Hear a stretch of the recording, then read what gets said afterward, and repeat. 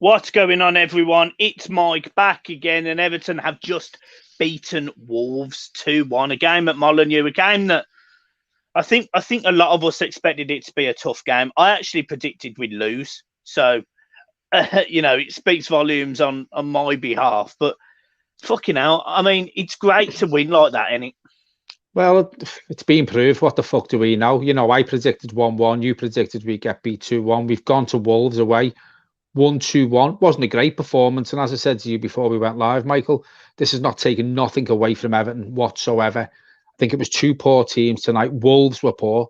If we play someone better tonight who gives us a better game, we probably don't get the 3 points. That's not taking nothing away from Everton, because maybe we may have played better against a better team. We questioned the team. Yep. We questioned, I questioned the formation. You didn't, because you've been screaming for that formation for weeks, but I will never, ever question Carlo Ancelotti again, because, again, when he's had to make changes, when he's got players out, Dominic Calvert-Lewin, apparently Richarlison wasn't fully fit, he's brought players in, he's changed the formation to suit them players, and it's worked again.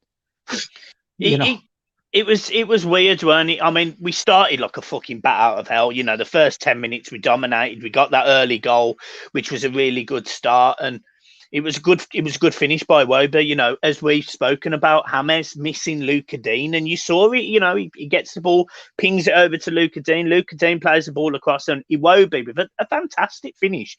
Bearing in mind, this is a kid that doesn't score a lot of goals. It's definitely a weakness to his game. So fair play to Iwobi, good goal. And we looked all right, to be honest. The first 15 minutes, we looked fine. Then Wolves equalised, and it was shit defending. Awful defending. The ball comes in for a corner, then gets headed out. It then goes over to the left-hand side where we get beat far too easy. Ball then goes over to the back stick, and there's no one standing on the man at the back post, and he just bangs it in. I mean, he eats it. It's a hard, it's a good finish, but there was not a single Everton player within 5 yards of him. And you sit there and you think, yet again, it's another cross, another deep ball into that we haven't defended. We haven't defended, and you sort of think, fucking hell, is this going to be the same? And to be honest, Wolves almost score again 2 minutes later, and you sit there again and you think, fucking hell, it's going to be another game. I thought at that point this was going to be another Man United. We go 1-0 up and we fall apart. That's sort of what I thought, and we didn't. We managed to get to half time at 1-1. We didn't start great in the second half either, but the changes we made, whether they had an effect or not, but clearly they did. And I am going to shout out one man here, and I can't believe I'm doing this based on current form, but Andre Gomez's delivery for the goal for Michael Keane was absolutely fantastic. He curls it from... He's probably a good 25 yards away from Keane, bearing in mind the 18-yard box and where Gomez is. It was pinpoint, wasn't it? It was pinpoint, and Michael Keane gets above his man, and it's a fantastic fucking header. It really, really, really is. And Michael Keane, I'm going to say it now, and I'm pretty sure you agree with me. Tonight, Michael Keane was absolutely tremendous, or he looked tremendous from the little we watched of the game in the second half with the fucking watch-along as it was. But he looked absolutely fantastic today. He really did. What do you think, John? Yeah, to be honest, there's a few players I want to shout out. I thought, James put it, James is finding his fitness again. I thought Iwobi had a fantastic game. Michael Keane, as you say, for me, man of the match, Michael Keane. Yerry Mina again, alongside him, was solid again. And I think there was one point in the game where we moved Godfrey to left back. And from that minute, we looked a completely different team. Shout out to Gladiators there for the donation. Yeah, thanks very much, mate. It's a massive 3 points. I've just seen the league there. We're 1 point from top. Yeah, Man United do have a game in hand, but we're 1 point behind the shite. And if you look at, it's been a funny season because I mean, it's one of them. It's a marathon, isn't it? It's not a sprint. But you're right. I mean, even going back to the Sigurdsson chance, I think it was Burnley where he put it wide. He was he only had to put it to the left or the right of the keeper. We could realistically be top, but listen, there's a lot of teams who can say that from chances that they've missed. And as I said, it's a marathon, not a sprint. But, been a funny season for Everton because we started the season well. We were the only team unbeaten in the country. And then we had that little dip in form. I think where we won 1-7 or 1-8. And now we found form again. West Ham's our only defeat recently. Been a funny season, and this just echoes what I've said all along, Michael. That top four is well in our grasp this season because it doesn't seem to me there's no one's really consistent. If you put a consistent league table up, Michael, for the last 10 games, Everton are probably right up there. And we have got some hard games coming up, this included. Not many teams go away to Wolves and win. Wolves were poor, as we said, But how many times have we said that this season? It's great, but it's great to say that because we haven't been able to say that in seasons gone by. Another donation there from Gladiators. Thank you ever so much. Do you know what made me laugh about tonight? And it was sort of, we won that game with sheer grit and determination. And literally a week ago at 0-0, not a week ago, literally 2 or 3 days ago, me and a lot of the fan base were saying that was a fucking gutless performance, that first 90 minutes against Rotherham. And for Everton, the West Ham game where we lost and we didn't even turn up. We didn't even look like we wanted to win the fucking game, and then we go away from home to teams like Leicester, Tottenham, Wolves. And we draw with the shite.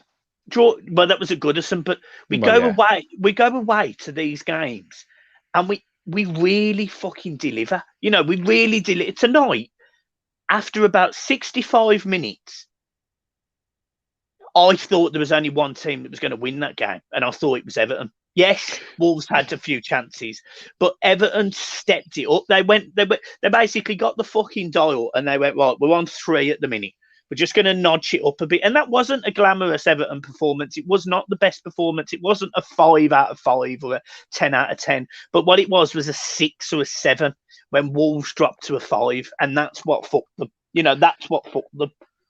The words I've used in seasons gone by and years gone by, Michael, is the mentality. Now, yeah, there was poor mentality against West Ham, the poor mentality against Rotherham, but it's a lot more less this season. If we come off the back of 1 or 2 poor performances where the mentality's been shocking, then we put a performance in like that. Yeah, as you say, Michael, it wasn't a great performance, but we done enough to win it. We done enough to win it. I don't think Wolves deserved the 3 points. I think out of the two teams, Everton did deserve it. Do you know what? I'll go even further than that. And I love this comment here from Gemma. She's been fantastic at that, Gemma. So massive shout out to you. If you throw Alan into this team right now instead of Tom Davies, I don't think Everton lose games like West Ham at home. I don't think they lose to. I don't know I can't remember if Alan played against Leeds. I really can't. But Alan's been a fantastic signing for me. Fantastic. And look how close we're up to, almost 400 people watching, guys. So thank you ever so much. Hit the likes and share, guys. Really appreciate it. But fucking hell, I mean, if you sit there and you think, you add Alan into this team. And that's the bit of grit in the middle of the park. At times, again, tonight we missed. The ball was easily going through Tom Davies, and Decore has a massive job. Whenever he plays alongside someone who just simply isn't as good as him, he has a massive job on his hands. But when he's got Alan alongside him, you do see a little bit more of Decore. You see him being a little bit edgier. And look at times, Decore's not looked great when he's been alongside Alan because Alan's completely outshone him.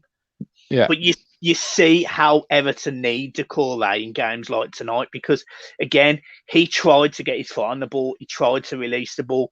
He tried to just keep it composed in the middle of the park. What he did was step over to the left-hand side at times, which allowed Ben Godfrey to go and support Luca Dean. And Luca Dean played in left midfield today and was delivering balls left, right and centre. I mean, if we had a centre-forward in the first half, Luca Dean's 3 big crosses. The game's over by half-time? Potentially, yeah.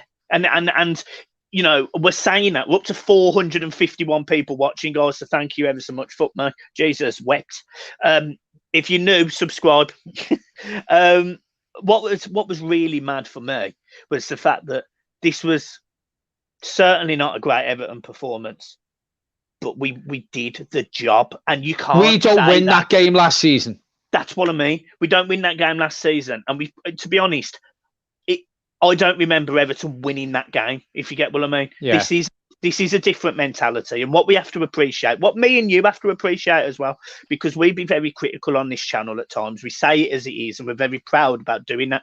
But sometimes me and you probably need to take a step back, probably need to look at it and remember that this is actually just a transition season. We both said it at the start. We're going to have ups and downs. We're going to have mental issues. You know, some of these players sometimes are going to get up for it. Sometimes they're not. And today, when the going got tough, they got going. They got going.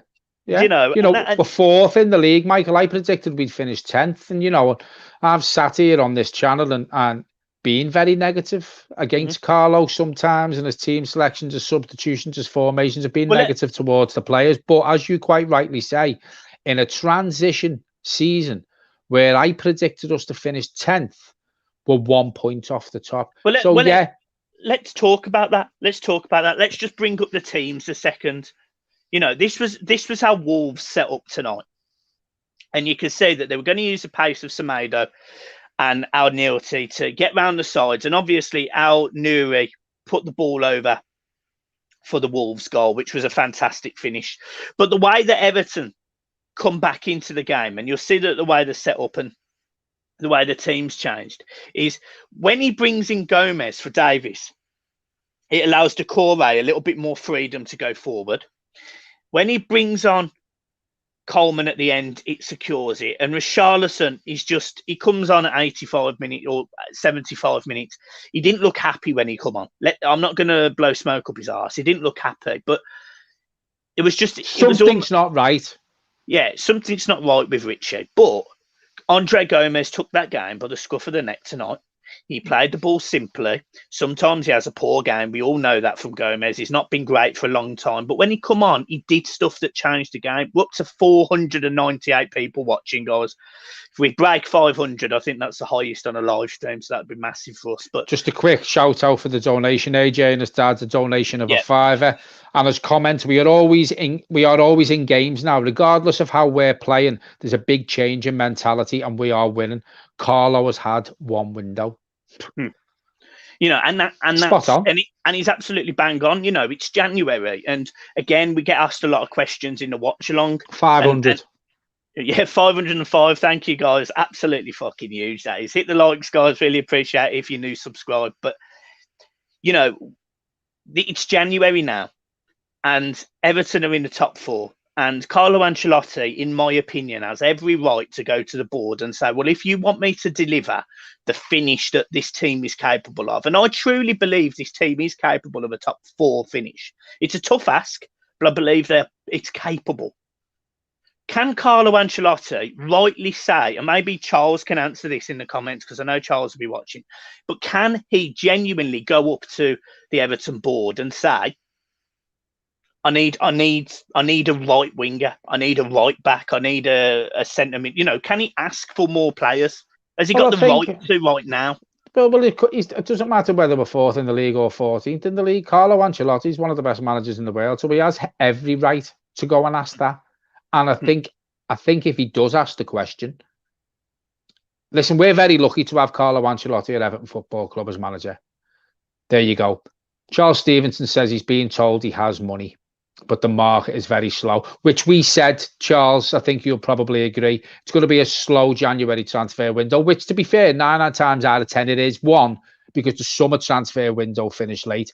2, when teams know that clubs need, for us, example, a right back or a right winger, they're going to put an extra 5-10 million on that player. And this was what we discussed as well. I broke this down in the watch along. We're up to 5:35, guys. Thank you. Cal Blundell, see you later, mate. Thanks very much for joining us. Yeah, see you later. Think about it. You know, Moise Kean leaves, say 40 million. John Joe Kenny goes to Burnley, say 8 million, 10 million. There's 50 million. Bernard goes to Roma or someone, 12 million. There's 62 million. Yes, we lose 6 million on Olsen, say. But Everton get £56 million coming in, plus a fair whack on wages in terms of Bernard. Charles has just said Kenny's being offered to Norwich. So if Kenny goes there, that could be part of the Max Aarons deal. And apparently we want 6 million. So this is what I mean. So Everton, you think about it in broad terms, Everton, it could be massive for Everton this window, because it could allow some of those players to leave. Wonder what Bolassi's on. But he's on 80 grand a week. He's on 80 grand a week or 70 grand a week, you know. And this is what I mean. You think about it, and we're not really talking about the game at this point, but you know, you guys seem to be watching, so we appreciate it. And some thoughts, but it could be really, really, really positive this window if we can get some of these deadwood off the books, reduce the wages, helps with financial fair play, etc., etc. But we make that one good signing, or that two quality signings, you know, the Max Aarons, for example. Well, yeah, you know, if we bring Max Aarons in and get this winger, you know, you never know, we might get a striker. I can't see us paying a lot of money for 3 players. But if we do get this right back, Miller's 10 million. If we could get Miller and we could get Max Aarons, right?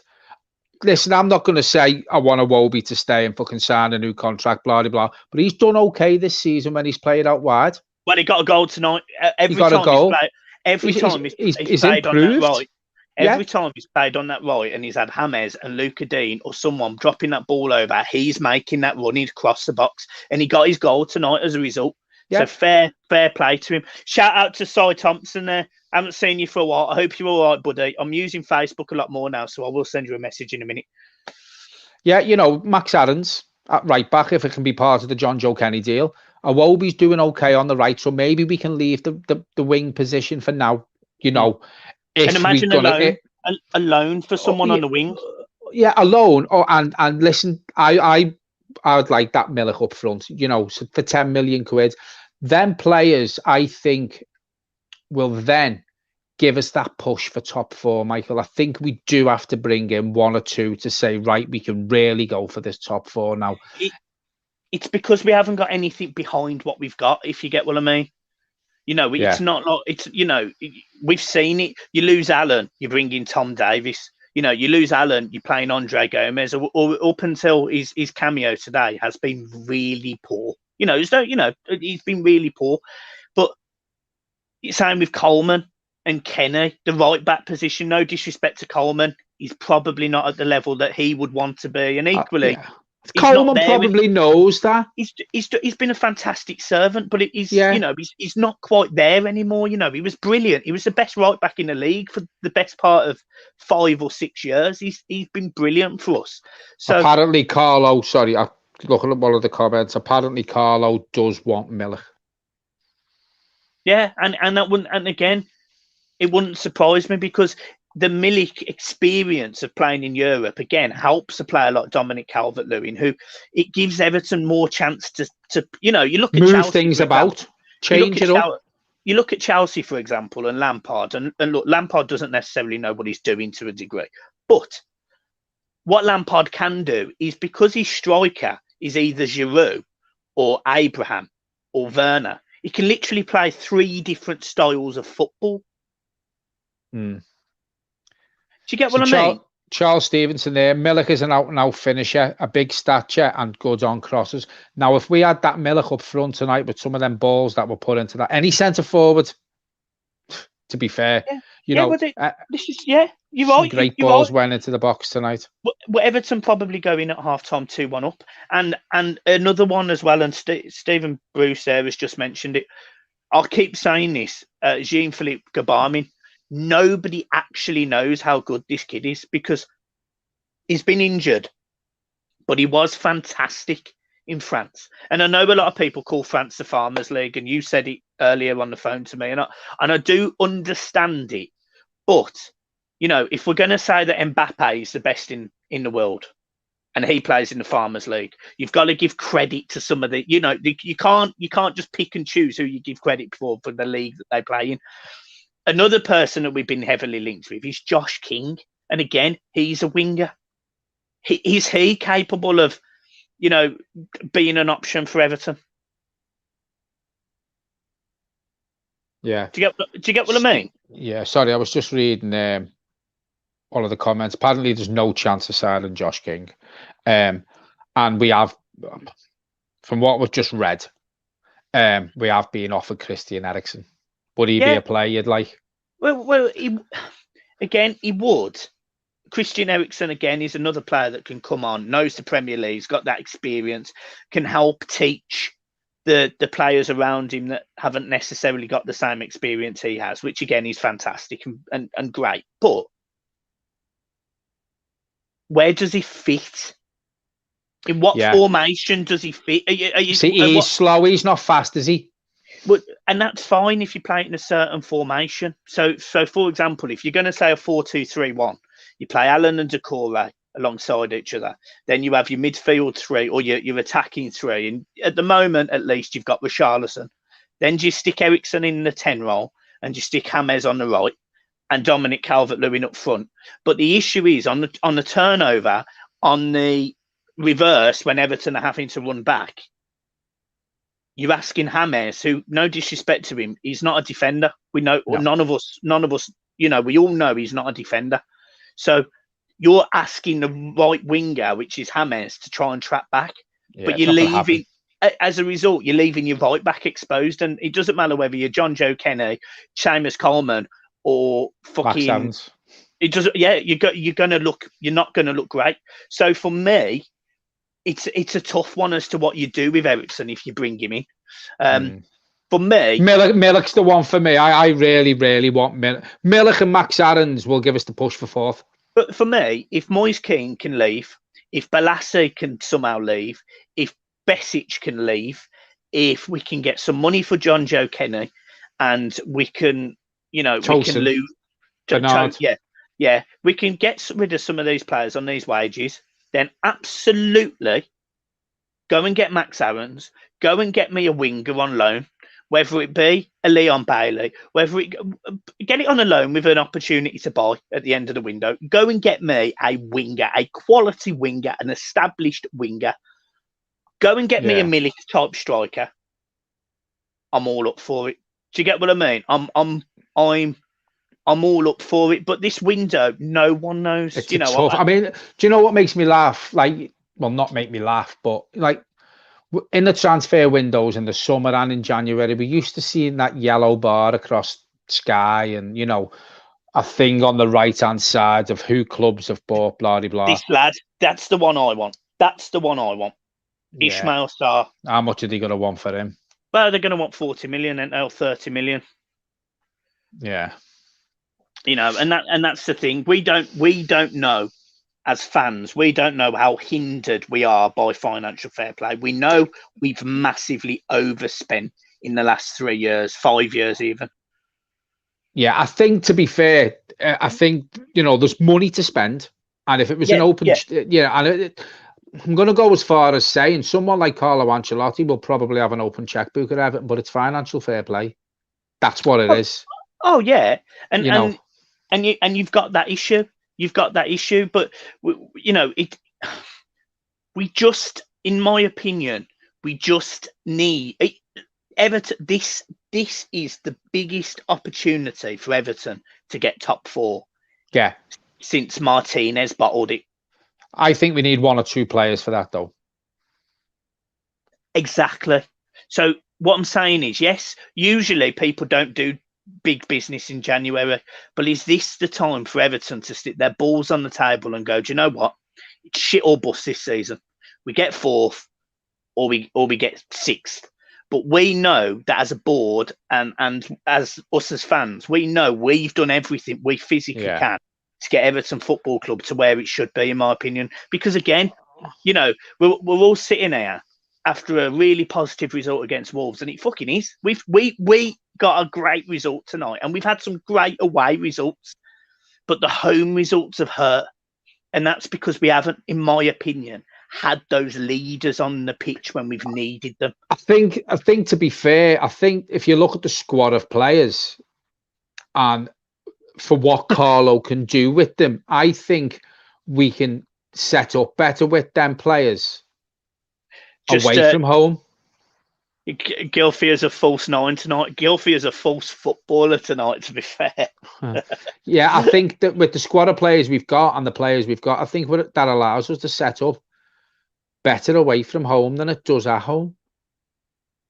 Do you know what I mean? Yeah, I think you're right. And it certainly helps. Again, I mentioned this before, but it sort of looked like we lined up with a flat back three, with the 5 in the middle and the 2. And what that allowed is for the transition. And then it went to 4-4-2 when we went to 1-0. We come back to 1-1.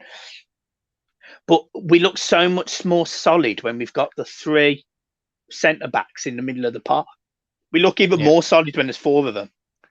So for me, I just think at this point in time, genuinely, if Everton really want to push on, as brave as I would be, if there is a money issue, I would play the back 4 that we've been saying, Holgate. I'd still leave the back 4. I'd stick Luca Dean at left wing. I'd stick Iwobi at right wing. I'd have Decore and Allen in the middle, and I'd have Richarlison and Dominic Calvert-Lewin up front and play 4-4-2. Right now, didn't financial fair play get relaxed in some sort of way because of COVID, though? Yeah, it did. Yeah, it did, and it's not as big an issue now. The issue is if we run into next season with the issue of financial fair play, you're absolutely screwed.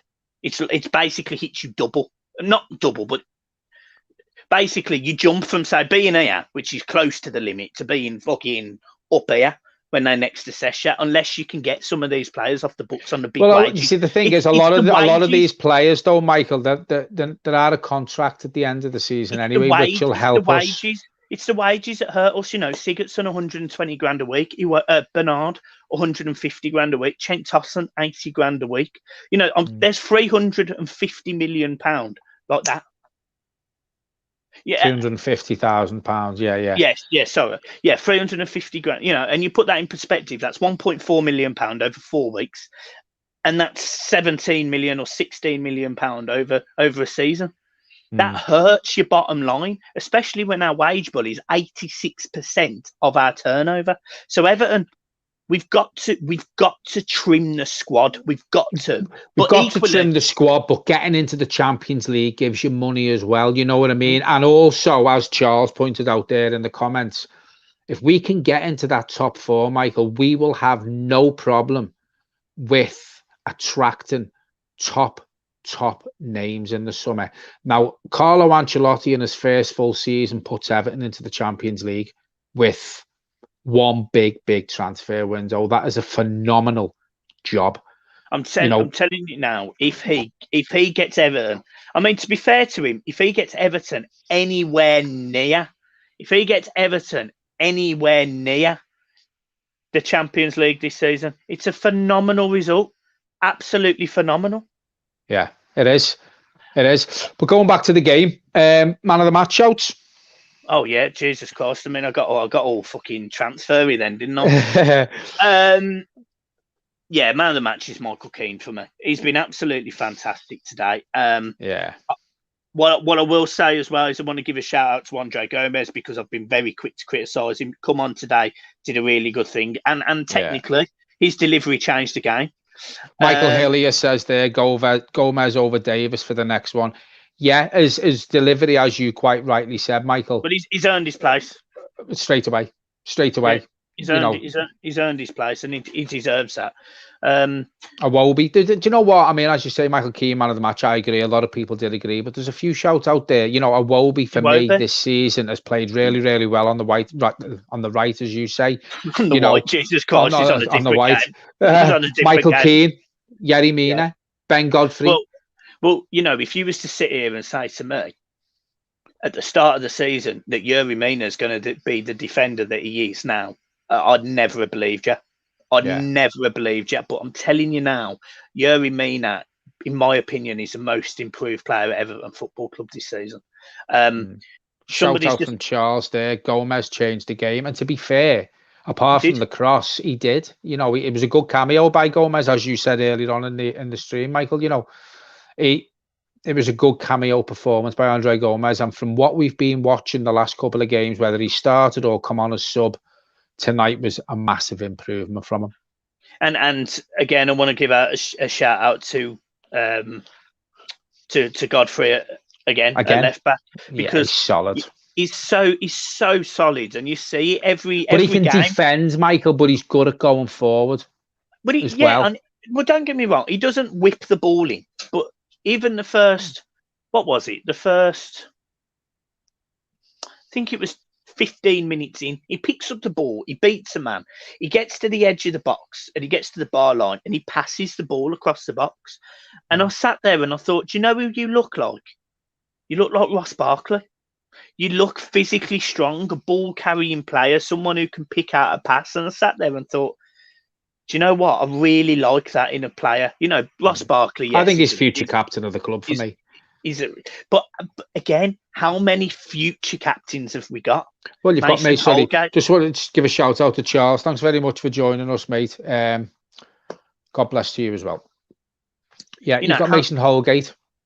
Ben Godfrey. You know, Mason Holgate has been fantastic as well this season, playing right back. He's equally done as good a job as Godfrey. But do you know, it's weird though, because we can't sit here and say what we really noticed Mason Holgate done tonight or in previous games. Like, we can talk about Ben Godfrey because he's doing it. He's just getting on with it. Yeah, and that was not the case before. You know, we had a player a few years ago, John Stones. We all know John Stones. We had John Stones a few years ago, and he stood out like a sore thumb because he deliberately made himself stand out like a sore thumb. You know, he'd do things that looked weird at the time. Holgate just gets on with it. Tonight, Holgate, really mature performance for me tonight. Yes, he loses the man. I'm pretty sure he loses the man and the ball comes over. But the man at the back post, which in my logic, the man at the back post should be Luca Dean, and he wasn't there. And again, but he wasn't even in the screen when they showed the replay. He wasn't even in the shot. Yeah, and that could be a positional thing just because he hasn't played. But for me, without dwelling on the negatives of the defending, which was shit, the goal was shit to concede, it was. But Everton was just got themselves, they clawed themselves back in the game. And you said a stat at the start of the game, and it stuck in my head.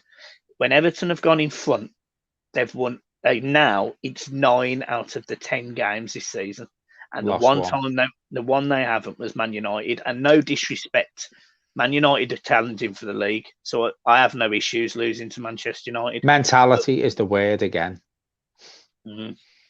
But I just, tonight, I was really impressed with the maturity, the grit, the determination, where the players didn't play great for at least 50 minutes of that game. But they had a good 15 at the start, and they had a good 25 at the end. And that was enough to beat a poor Wolves side. Do you know, seasons gone by when we've been on a run, like, of not playing well, and we've got into that rut of, and we found it difficult to get out of it. Whereas, you know, we had a poor performance against West Ham the last time in the league. We've won our next league game. You know, Rotherham wasn't a great performance, but we went through. What's changing, in my opinion, Michael, is when we hit that little bit of rut after the fantastic run of form, it doesn't take us long to pick ourselves back up again. For me, that's down to the manager. And it is. And again, this is where me and you have to take a step back, because, again, we've been very quick to criticise Carlo at times. You know, don't get me wrong, we've both sat here and said that we'd never want him sacked and all of that shit, but we have questioned his tactics. I questioned his team tonight, Michael. I messaged you and my brother, what the fuck is that team? Dogs of War, an account on Twitter that's got, I think it's about 20,000 whatever. You went viral again on Twitter going, what the fuck's that? What is that? Because that team looked awful. And to be fair, we got the first goal, and then that team was awful. But Carlo changed it, and Carlo knew what we needed, and he knew that instead of having a footballer, a thing in Tom Davies who kicks the ball in front of him and can't control it, he brings on someone who has had a really poor season and changes the game. AJ and his dad has echoed our thoughts spot on there. I cannot question Carlo anymore. I was fuming before the game, which we were, but he proves me wrong. Mm. And don't get me wrong, he's not going to prove us wrong all the time, because sometimes he is going to get it wrong. We all get it wrong. You know, it's a game of football, and he doesn't control the 11 players that he puts on that pitch at times.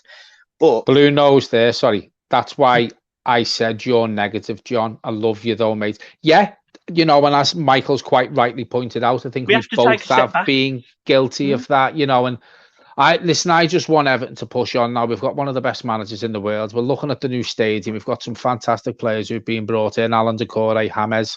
I just get disappointed when we put shit performances in and then you question his team. And I won't be the only one who's questioned his team selection tonight. There'll be lots and lots of Evertonians, and we've all been proved wrong. So I will have to think from now on before I speak. But if I think it's wrong, or I will say it, but I love being proved wrong, because it means after me questioning that team selection, I've been proved wrong because we've won. So long may that continue. Just moving on, just from Michael Hillier there, he's just mentioned the Villa game on Sunday. Obviously, it's been moved from Saturday. It's been potentially it's going to get postponed. Some people will take that as a negative. For me, I think it's positive, because it definitely means that we get Alan back. And we miss him. And, you know, maybe Lewin. Yeah, and I want Everton to be as strong as they physically can be, and that again is a massive positive. So, look, for me, it's a great result today, and we're fourth in the league. We've 1 point from the top. 1 point from top. You know, we'd be 2 points clear if we'd have beat West Ham at home. But there's going to be ups and downs, and I'll tell you what. We're going to absolutely, I genuinely believe we'll compete for Europe, a good position this season, because I've seen enough tonight that when the going was shit, we did all right, we did well. So, guys, but just one answer there for Joe Trainer. Decore suspension, because he's had 5 yellow cards. He has picked up a suspension now. It doesn't count for FA Cup games, I don't think, so he can play in the FA Cup.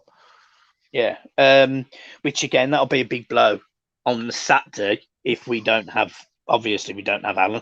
So, you know, you then are looking at a midfield of Andre Gomez and Davis and Tom Davis. So let's hope it is cancelled.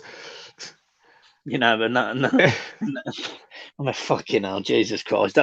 That's like bringing you back down to earth, ain't it? I mean, Jesus Christ, like punching you in the face, that is. But yeah, we're doing fine, guys, and I'm telling you now, it's going to be a really, really positive end to the season. I think we're 17 or 18 games in now. Who knows where this season can take us? Genuinely. Yeah. I just, you know, like in seasons gone by when we've been on a good run and this has happened, me and a lot of Evertonians, you probably included, Michael, have just been waiting for us to implode. We have, because that's what Everton do to you. And we did it. Don't and we get did it. that. Yeah. And we did it this season. You know, we fucking hell, we get a draw against Liverpool. We go 5 games unbeaten, 8 games unbeaten if you include the Carabao Cup. And then we go and lose to Southampton away, not even turn up. At Newcastle away, lose at home to Manchester United, grab a draw against Burnley, just about scrape a win against Fulham, lose to Leeds. It weren't great. It was 2-7. Then all of a sudden, in a space of a week, me and you were sitting there going, we're going to lose to Chelsea. We were shitting it. We were absolutely shitting it. Arsenal. We get 4 wins in a row. You know, we beat Leicester, Arsenal, Chelsea, and whoever it was on the weekend. So it was just like unbelievable. And then we lost to West Ham. And then I thought it could happen again. I thought we could. But that's the ups and downs that we're going to have to get used to this season. In a season of transition, I just get the feeling now we won't implode. So do I. And that's a scary feeling for me, because it's something I'm not used to. Exactly. This is why I said, you know, we've been used to it seasons gone by. I love this. Gemma Morrison, top 4 with 250 grand in your account, Mrs. Unaware of the offer. Top 4 all day. Top 4 all day. So, yeah, guys, look, I'm going to leave it there. Have a fantastic evening. Thank you to everyone who's watched, obviously. One shout out, I want to give to a certain Mr. Pickford. Now, I'm not going to sit here and blow smoke up his ass, But yeah, I think he's looked okay recently. Yeah. Okay. Do you know what? You're right in doing that, to be fair, John. You are absolutely right in doing that, because even today, he made a save in the first half where he gets down, low to his left. Yeah. He tonight and over the last few weeks, he's looked a bit more commanding, and I find it funny. More confident. I don't even see me personally. Reading the game better. Do you know what? I don't think it's confident because he's cocky. Do you know what I think it is? I think it's mature. I think whatever Robert Olsen, Carlo Ancelotti, and the goalkeeping coaches are telling Jordan Pickford, whatever it is, he's clearly rubbing off on him. Because you also think, why do Everton want to spend £6 million on a goalkeeper that's played 4 times? But he's looked okay when he's played, Olsen. So then you maybe start to think, well, is Pickford now not so cocksure, looking over his shoulder, going, hang on a minute, he's come in here. Everton can get him for £6 million. I need to stop being so fucking cocksure and pull my finger out. And he has. And you don't know what Robert Olsen's saying to him. You don't know whether Robert Olsen's saying, just calm down a bit in training. You don't know. Yeah. And that's what's good. This kid, I say kid, I mean, he's still 26 years old, but Robert Olsen could be making such an effect on Jordan Pickford, and we don't even realise it. Just to go back on that a bit, a comment here by Diego Crespo. He looks better because the defence is more solid, but he is not reliable. Sorry, guys. Don't get me wrong. Again, that is a fair comment, that, to be fair. It's a fair comment, and, people said the other week, I think it was the West Ham goal, that he could have potentially saved the West Ham goal. It's difficult. It's difficult to judge because neither of us are a goalkeeper, and I don't know if Diego's a goalkeeper himself, but they play at such a level that it's completely different for us to comprehend. I will not sit here and defend Jordan Pickford. I'm the first one to say I was done with Jordan Pickford. And still, to a degree, if somebody said to me, you can have Nick Pope or Jordan Pickford, I'm going Nick Pope all day, still. But he's looked more mature, and I'll give him his due. The back five have looked better recently, and as we keep saying, the back four's being really, really strong with them 4 centre-halves across the back. But listen, credit where credit's due. He doesn't look as cocksure of himself. He is making saves. He is more commanding. But the thing is, there's always a mistake in Jordan Pickford, and I think we all know that. Yeah, Jordan Pickford is a goalkeeper that puts the shit up, yeah. Yeah, do you know what he reminds me of? Joseph Yoba. Joseph Yoba always played for the shirt for Everton. Centre-back, always played for the shirt. But you always know that he had a mistake in him. Jordan Pickford's that lad. I remember fucking Joseph Yoba playing the ball straight to Rooney at Man United, and Wayne Rooney running off, scoring on his first game back. Pickford puts the shits up, mate. Yeah. One more question before we wrap it up. Ronaldo, Vicini, could Davis improve? To finish this stream, no. We've been saying this. For 3 years. Davis won't improve. Not a Premier League footballer, in my opinion. We've been saying this for years. There was so much hype around a 16-year-old Tom Davis who was able to train with the first team for England. There was so much hype around a Tom Davis that beats Yaya Toure, does a chop, cuts inside the whole Man City team, passes to Ross Barkley, falls on his arse, gets back up and scores a chip over a goalkeeper. Tom Davis, on paper, had the credentials to be a top player. Okay at carrying the ball, can make the passes, was okay with his feet, can beat people. And still today, I saw him beating people. I saw him making tackles. I saw him passing balls. But he hasn't got this. Tom Davis, if he had a brain, would be a Premier League goalkeeper. But in my opinion, I just don't think he's got a football brain. AK Richie 7, Davis has improved. He's definitely not a blue. Sorry. No, I'm not saying he hasn't improved. He might have improved. I don't see what he's like in training, but he's not up to the quality of where we're going. And that's the difference. You know, we've got. You said it. You mentioned it. You know, Coleman is not up to the level of a top 4 team. Tom Davies is not up to the level. Balassi, Besic. You know, these players have been slowly phased out of this team. Everton are in that transition, and they're still going to have players like Tom Davies until they can replace them with players who are top 6 quality sitting on our bench. Whereas I think Tom Davies knows Tom Davies knows when we bring the quality in, and Carlo Ancelotti's had more than one window. I think he knows in the back of his mind he's not going to be getting game time. Michael, he'll have to move on. Yeah, and again, as I can't believe how calm I am saying this, but I just think it's fine improving under Carlo Ancelotti. We can all improve under Carlo Ancelotti. I mean, let's be realistic. Let's be brutally realistic. Iwobi has been fantastic for the last 7 weeks, bar 2 performances that have been a bit iffy. Does he get in the top 4 team? No. Well, there you go. And we're all sitting there singing his praises, but he doesn't get in the team. He'll be another one, and again, probably have to be careful what I say because he has been fantastic. But if we bring in better quality, which we're hoping for, then he doesn't. Sigurdsson doesn't. Tom Davies doesn't. You know, I'm not going to sit here and blow smoke up their arse because they put a couple of good, decent performances in. Yeah, I'll praise them. But as far as I'm concerned, when we start getting the players that we want and Ancelotti wants, and he's had more than one window, the likes of Sigurdsson, Davies, and Iwobi probably won't be in the team. Let's be realistic. Yeah, they won't. And this is the whole debate with Sigurdsson getting a new deal. Would you give Sigurdsson a new deal? For me, no. I don't get it. You know, I don't get it. And again, I'm not going to sit here and say that he hasn't improved over the last few weeks. He had a tough job tonight because he doesn't know how to play in the role that he was asked to play tonight. He's 31 years old, and probably for the first time in probably his professional career, he's been asked to play from what I could tell, up front. So I do feel a bit sorry for Gylfi tonight. But he's certainly not the player. He's not a player that's going to take Everton into the top 4. And again, he never was. That's why he played for Swansea.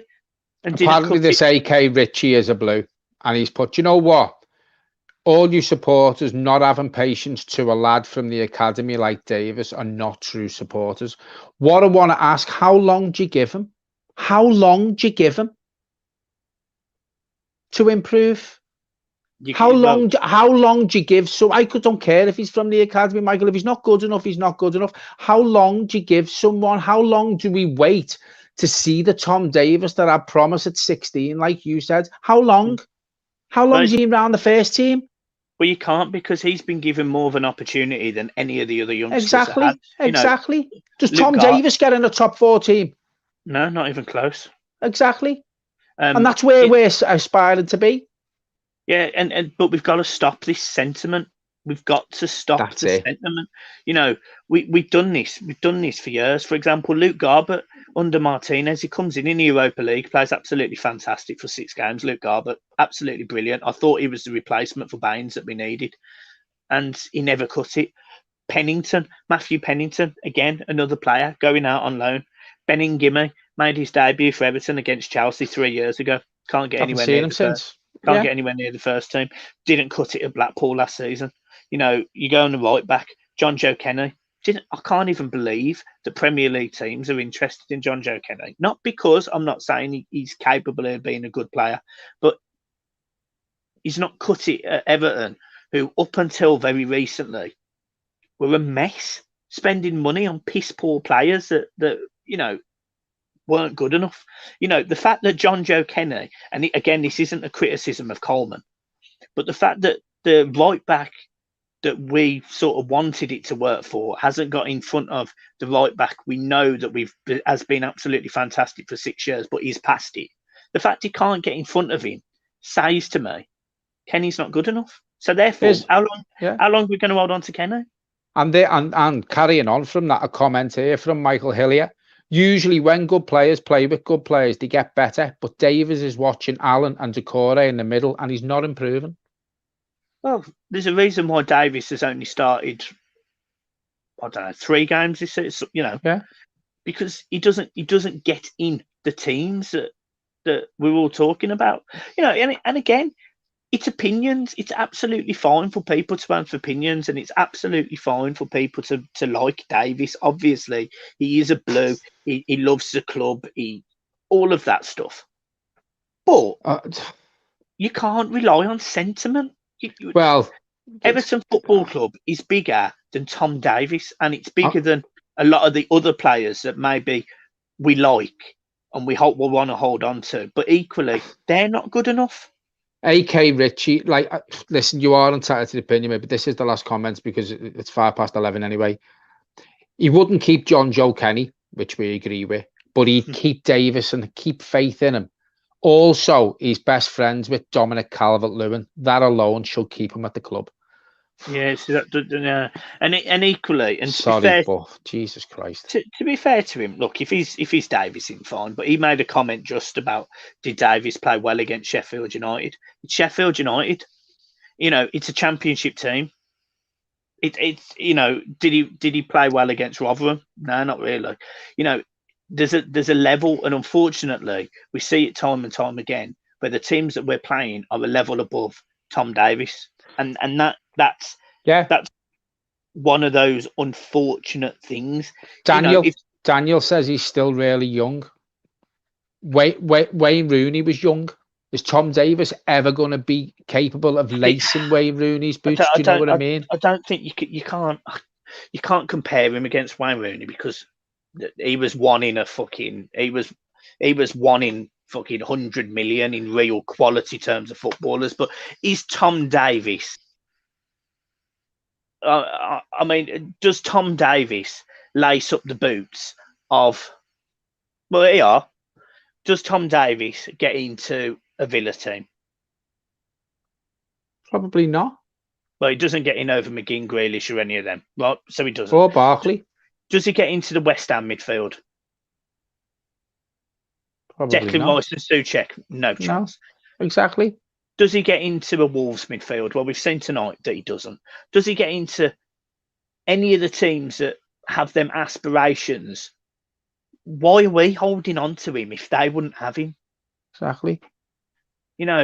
For me, Tom Davis, wouldn't even get into Newcastle's team, as someone's just said.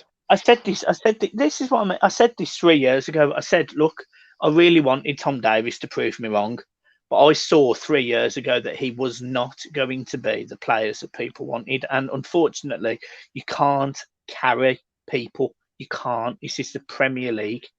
Another shout out here. He's not 18, 19. He's 22 years of age and he's played over 100 games for the first team. And for someone who's played over 100 games for the first team. Cass Cowboy says, why does Carlo keep playing him? Because we've got no one else. Who else does he play? I mean, Andre Gomez has been shocking. And in the last game, Tom Davis outperformed Andre Gomez. But you can almost guarantee, apart from the fact that Doucouré's out now and Allen's out, so he will start against Villa. But Andre Gomez would play over Tom Davis this weekend. Gylfi Sigurdsson's been playing over Tom Davis. Yeah, and look, this isn't. I mean, fucking hell, we're talking about match reaction after a game against West. Fucking hell, we've still got 330 people watching us though. Honestly, it's been mad. But what I would say is, if Tom Davis has another, sometimes Tom Davis has come into this Everton team and he has looked absolutely fantastic when he's coming. I remember last season, he came in under Marco Silva, just towards the end of Marco Silva's reign. And Tom Davis, hands down, was the best Everton midfielder we had for a few weeks. But it didn't say a lot because Everton were really shit. Yeah. So you can't really compare him. What I want to see is Tom Davis outperform an Everton first team midfielder, which is not going to happen. Of a Doucouré. And it's not going to happen. If he can do it just once, he's capable of doing it. But he's never done it. He's never outperformed another Everton first team midfielder. He's never outperformed Doucouré. He's never outperformed Allen. But do I wish him the best of luck? Absolutely, because I wish every Everton player the best of luck. Do I think he's good enough? No. Cass Cowboy. Sorry, go on. Do I think? Go on. No, go on. Cass Cowboy, he is the whipping boy. When he goes, who is the next one? It probably comes across like he's the whipping boy. It's our opinion. He's not good enough. We're not going to sit here and blow smoke up Tom Davis's ass and say he should be starting every week. He's good enough when we get into the Champions League. He should be starting every week. What is the point in us having an opinion if we're going to say that? It's just pointless. Do you know what I mean? Fucking hell, we'll be here all night. Yeah. What's the point? What's the point in us having an opinion and, you know, talking about players and going through the whole squad and doing videos of the season review and what players we need and talking about each player if we're going to fucking praise every player? Well, and equally, let's turn that on its head. For example, if we come into this tonight and we'd lost and James Rodriguez had an absolute fucking stinker and me and you sat there and went, his performance tonight was an absolute disgrace. We get slated for that. Heads would roll off in the comments. Exactly. So it's very much pick and choose when people think of whipping boys or not. For me, I've been consistent with my comments on Tom Davies. He definitely has qualities, but he never shows them consistently enough, not even for 90 minutes. He'll show them in dribs and drabs. I'm telling you now, first 10 minutes of the game tonight, Tom Davies flies into a tackle, wins the ball, lovely layoff to Iwobi, beats 3 people, gets a free kick. That's the Tom Davies I want to see for 90 minutes. Peter Armstrong, sentiment is the reason why we haven't won a trophy in 25 years. As a football club, we're soft. Fuck sentiment, and I've said this a couple of times recently. You know, Seamus Coleman for £60,000 has been absolutely phenomenal for Everton Football Club. Brilliant. And genuinely, do you think, just like Leighton Baines, do you think when he thinks he's not good enough, he will walk away from this football team? Yeah. Yes. Yes, he will. Yeah. Yeah, because he'll do it for the good of Everton, like Leighton Baines did. Exactly. You know, Coleman, because he's got Everton at his best interest. I think I think Coleman knows full well that there isn't a right back behind him that can do a better job than him. So he has to grind himself into the ground. But I'm telling you now, Coleman playing at this level week in, week out, it's clearly taking its toll on him. This is why we'll link with the likes of Max Aarons, because I think Coleman knows when we bring in an out and out right back who's better than him, who's better than John Joe Kenny, Seamus Coleman knows he won't be playing regular. Look at Leighton Baines. Leighton Baines at 35 years old retired last season. I was devastated. And, you know, he could still do a job in the Premier League. In my opinion, Leighton Baines left too early. But he chose to leave on his terms. He knew he couldn't do it week in, week out. There was a contract from Everton on the table, and he chose to leave. And look where he is right now, at Everton. Yeah. So he didn't choose to leave Everton because he doesn't want to play for the club, or he wants to retire. He had his head turned.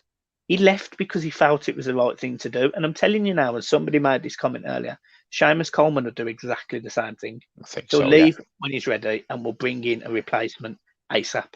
Cass Cowboy, is Gomez the player you thought he was? I don't. Neither do we.